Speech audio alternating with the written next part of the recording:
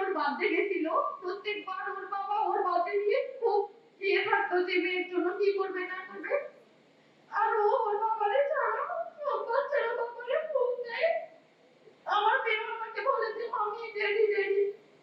ও ড্যাডিকে phone দিতে চায়, কিন্তু আমি ফোন থেকে এনে দিব ওরে।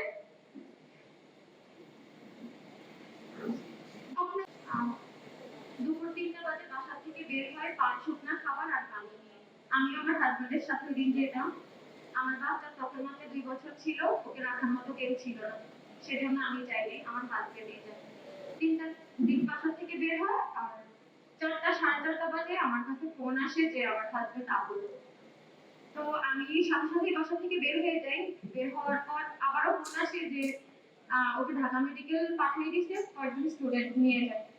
তো আমি যখন বের হয়ে যাই তখন শুনি যে অনাবিল হসপিটালে ওকে ভর্তি করাইছে। তো আমি অনাবিল হসপিটালের পাশাপাশি যখন যাই তখন শুনি যে ওই জায়গায় ওকে রাখে নাই। তখন এরকমই ছিল, এসব হসপিটালে বলেই দেওয়া হয়েছে যে কোনো আহত ব্যক্তিকে যেন চিকিৎসা না দেওয়া হয়। আমার হাজবেন্ডকেও দেয় নাই অনাবিল হসপিটাল। ওর মাথার মধ্যে ইনজুরি ছিল, একটা ব্যান্ডেজ পর্যন্ত ওকে করে নেয়। তারপর আমি আবার ঢাকা মেডিকেল যাই। সে যাওয়ার পথেও অনেক ভোগান্তি সৃষ্টি হয়। আমি রাস্তার মধ্যে সব ব্যারিকেড দেওয়া ছিল, আমি ওদের হাত জোর করে বলি রাস্তাটা একটু ক্লিয়ার করে দিতে, আমি শুধু আমার হাজবেন্ডের কাছে একটু যাবো। আমি হাত জোর করে রিকোয়েস্ট করার পর অনেকগুলো স্টুডেন্ট আসে, এসে রাস্তা ক্লিয়ার করে দেয়, আমি আমার হাজবেন্ডের কাছে যাই। ঢাকা মেডিকেলের প্রত্যেকটা ক্লিনিক আমি খুঁজছি, আমার হাজবেন্ড কই নাই। আমি দেখতেছি এক একজনের মগজ বের হয়ে আছে, এক একজনের এক এক অবস্থা। তো আমি আল্লাহকে এটাই বলছিলাম যে আল্লাহ আমার হাজবেন্ডের জন্য আমি এমন না দেখি, আমি ওর চিকিৎসা করাবো, আমি এখানে রাখবো না, অন্য হসপিটাল নিয়ে যাবো। তার ২-১টা কেবিন যাওয়ার পর আমি দেখি যে ৪-৫টা লাশ ওই জায়গার মধ্যে একদম ফার্স্টে হচ্ছে আমার হাজবেন্ড। আমি জানি না ওরা কেন মেরে ফেলছে, একজন মানুষ পানি খাওয়াতে যেতেই পারে, কত ছোট ছোট বাচ্চারা রাস্তায়। আমিও সেদিন যেতাম, কিন্তু আমি যাইতে পারিনি। আমি ওই জায়গায় গিয়ে দেখি যে আমার হাজবেন্ডের লাশ পড়ে আছে। আমি এত ডক্টর ডাকছিলাম, কেউ আসে নাই। লাস্ট আমার কান্না দেখে ২-১ জন আসছে। ওরা এটাও বলতে পারবে না যে আমার হাজবেন্ডের মৃত্যুটা কেন হয়েছে। পোস্টমর্টম রিপোর্ট দেখে আমি জানতে পারছি যে আমার হাজবেন্ড মানে কিসের জন্য মারা গেছে, কি ক্ষতির জন্য মারা গেছে। ওরা একটা ব্যান্ডেজ পর্যন্ত করে নাই, সেটা ঢাকা মেডিকেল ওনাদের কোনো হসপিটাল না। এমন কত মানুষ আছে যে শহীদ হয়েছে শুধু চিকিৎসা ছাড়া, একটুও চিকিৎসা পায় নাই, আমার হাজবেন্ডও পায় নাই। আমার মেয়ের বয়স ছিল ২ বছর, এখন ওর বয়স ৩ বছর। ১০ দিন আগে ওর বার্থডে গেছিল, প্রত্যেকবার ওর বাবা ওর বার্থডে নিয়ে খুব ইয়ে থাকতো যে মেয়ের জন্য কি করবে না করবে। আর ও ওর বাবারে ছাড়া সব বাচ্চারা বাবারে ফোন দেয়। আমার মেয়ে আমাকে বলে যে মামি ড্যাডি ড্যাডি। ও ড্যাডিকে ফোন দিতে চায়, কিন্তু আমি ফোন থেকে এনে দিব ওরে।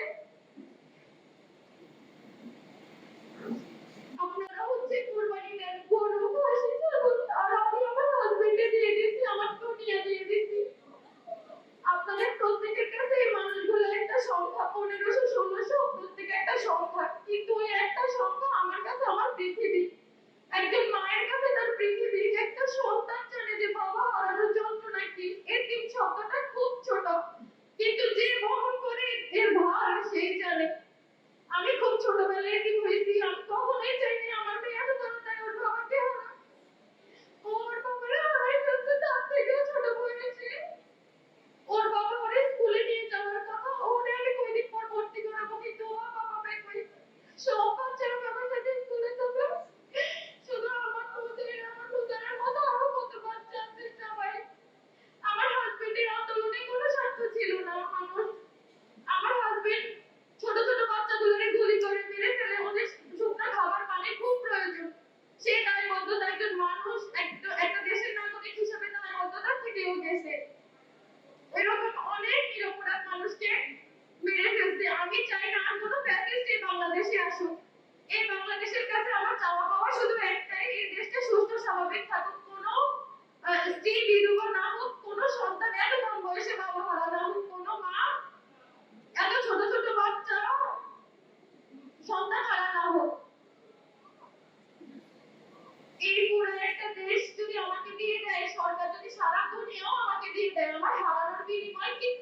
কিচ্ছু না।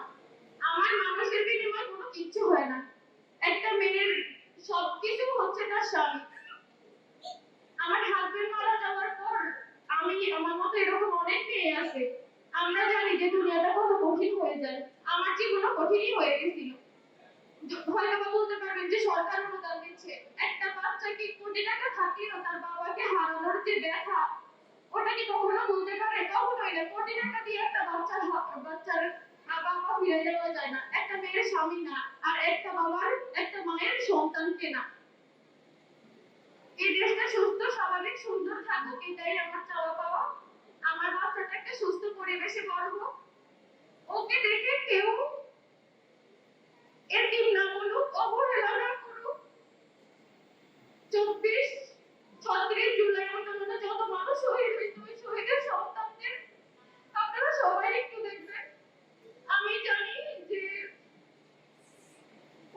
আমি জানি, আর আমি এরকম অনেক আপুর কথাও জানি যে বাচ্চা মেয়ে কি পরিমাণে স্ট্রাগল করতে হয়। আমার জীবনটাও দুর্বিষহ হয়ে পড়ছিল। আমার বাসা ছেড়ে দিতে হয়েছে, অনেক কিছু করতে হয়েছে, কিন্তু পিনাকি ভট্টাচার্য আমাকে নিজের মেয়ে বানায় আর মেয়ে হিসাবে আমাকে অনেক কিছু করে। উনি না থাকলে সরকারের এত টাকাও আমার কিছু হতো না। আমার হাজবেন্ডের কিছু লোনও ছিল, সেটাও আমার পরিশোধ করতে হয়েছে। যেরকম সবার আছে, আমি জানি আমি কোন জায়গায় ছিলাম। 18 জুলাই সকালে আমার হাজবেন্ড